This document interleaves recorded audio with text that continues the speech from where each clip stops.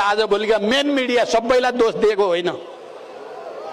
तपाईँ हावाहरूको पछि दौड्या देख्छु म चाहिँ। तपाईहरु हावाका पछि दौडिनु भएको छ या तपाईहरुले केही पाउनु भएको छ कि थाहा छैन।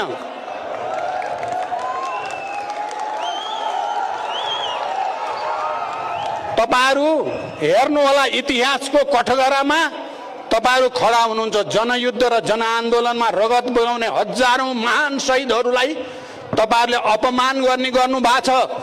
17,000 को ज्यान लिएको भन्ने गर्नु भएको छ। तपाई दुनियामा कुनै त्यस्तो महान क्रान्ति देख्नु भएको छ जहाँ लाखौं लाख जनताको बलिदान नभएको होस्? कहीं देख्नु भएको छ? तपाईहरुले भन्ने गरेको तथाकथित प्रजातन्त्रमा पनि र हामीले भन्ने गरेको समाजवादी क्रान्तिमा पनि जनताको त्याग र बलिदान बिना कहीं पनि परिवर्तन भएको छैन।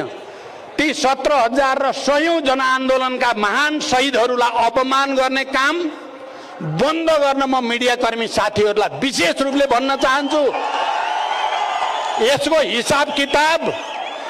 हिसाब किताब नेपाली जनताले राखेको छ। ती हजारौं शहीदका हजारौं परिवारका सदस्यहरूले तपाईहरुले कसरी व्याख्या गर्नुहुन्छ, तपाईहरुले के लेख्नुहुन्छ, त्यसको हिसाब राखेको छ भन्ने हेक्का राख्नु होला।